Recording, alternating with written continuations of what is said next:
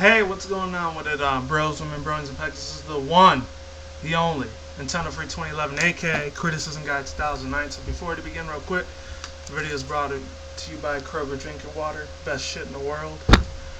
And yeah, let's begin. And definitely, once again, I know she has like a million fucking subscribers. Another awesome shout out to this really awesome chick, Tamashi Hikoria, aka Tamashi Reviews. Definitely check her shit out. She's an awesome chick. She's a lot more of a bigger Pokemon collector than I probably ever will be within the rest of my lifespan. So without further ado, let's begin. And half of these are basically a little bit of fan arts for the Pokemon 3rd Gen beta speculation video that she did. So yeah, let's begin. So yeah, basically she was breaking down all the segments and of how many meshes and all these different like categories that these things were posted into. It's really freaking complicated as shit for me to explain. But yeah, as you can see, there's like early stages of Torchic. There was even a time, the two things I actually pointed out in my mind the most was that Sharpedo actually wasn't going to have a first evolution of Carvana. Surprised the living hell out of me because that thing would have been OP as fuck. Seriously. And the number two biggest thing that blew the fuck out of my mind is that latias actually had a lot of different a lot of the same characteristics as as Blaziken did. And that shocked the freaking hell out of me. Seriously, I would never even thought in a million years that latias would have the same legs and the same face as Blaziken. And the thing that like struck me the most about it is that there was like an egg-shaped version of Torchic. I don't know if you can see it right here. And so basically it would have been a rip-off of Togepi in the 2nd generation for Gold, Silver, and Crystal. So, might I add that shit is pretty unbelievable to understand, but if you go on to any of the old school Pokemon sites, you'll be sure to see that. And I might put a link or two under the bottom of the description box below if you want to check it out. If I'm not lazy enough, of course. Gotta love that water. Yeah, so there's that, and a lot of the NPCs where they were at before were like where you were battling in this Japanese demo version of Pokemon Ruby and Sapphire is a little bit more different because there was one part where the Petalburg Forest was at, where that little kid would always give you the berry all the time, or I think he would give you a mental herb, unless that was the female in the house that would give you the mental herb. It was actually an older guy that he would give you a berry, I think. It was an orange or a citrus berry, I'm not sure. Don't quote me on that. So yeah, there's that, and a lot of the landscape was a whole lot more fucking different. Like the granites that were like all rocky, had a rocky element to it, they had a sand element to it, so they toned it down a little bit.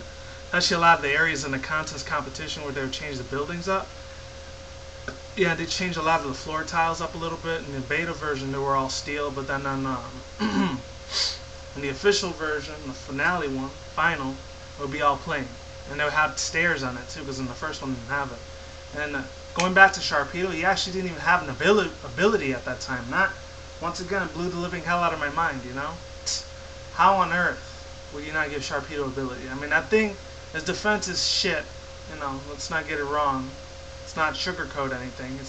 It is complete crap, and it's a real pathetic excuse for a Dark-type Pokemon. But its water side does have some benefits, But other than that, last two things I really wanted to point out about this 3rd generation beta version. If any of you guys haven't seen it, a lot of the buildings, they moved them up and down, side to side. There's that. I'm trying to think of something else if it comes to mind, of course. Oh yeah, another reason it was weird. They didn't have any sketches of Mudkip, so I'm not sure if Tamashi didn't find any of those or not. But there was a lot of Trico, and it looked like that gecko thing from Geico, that 15% or more on car insurance, switching to Geico. That little commercial, that gecko thing, except he didn't have the Australian accent. And that one really didn't shake me up too much.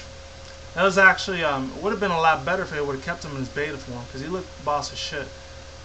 And at the time in 1st and 2nd generation, Tasoshi Tajiri, he was the one that was the CEO operative of the whole Pokemon gaming company, Game Freak series, what have you. They had that. He was controlling all that shit at the time. And then in the 3rd generation, you had one of his like advisors or his friends or his like one of his old school buddies, and I think it's named Jinkuriki Jasamaka. He was the one that took over from 3rd gen all the way up to now. This is the future 6th generation, which would be X and Y, obviously. If you haven't noticed it yet. And there was a little bit of a difference. They had a latias and a latias flying in the demo version. A lot more different compared to how Groudon and Kyogre and then Rayquaza, how you ever say it? I usually call it Rayquaza. Would just glow up and down, glow in and out. They would have that, in pace, out pace type of thing. So yeah, I know this was a short video, but hey, it's really odd to say on the outfit. The thing I didn't like about it is that they cut a lot of the trainers out that were really OP as fuck. One trainer would have a Pelipper, and then the other one would have, I think, my Loader. So peace out, see you soon. In part 2.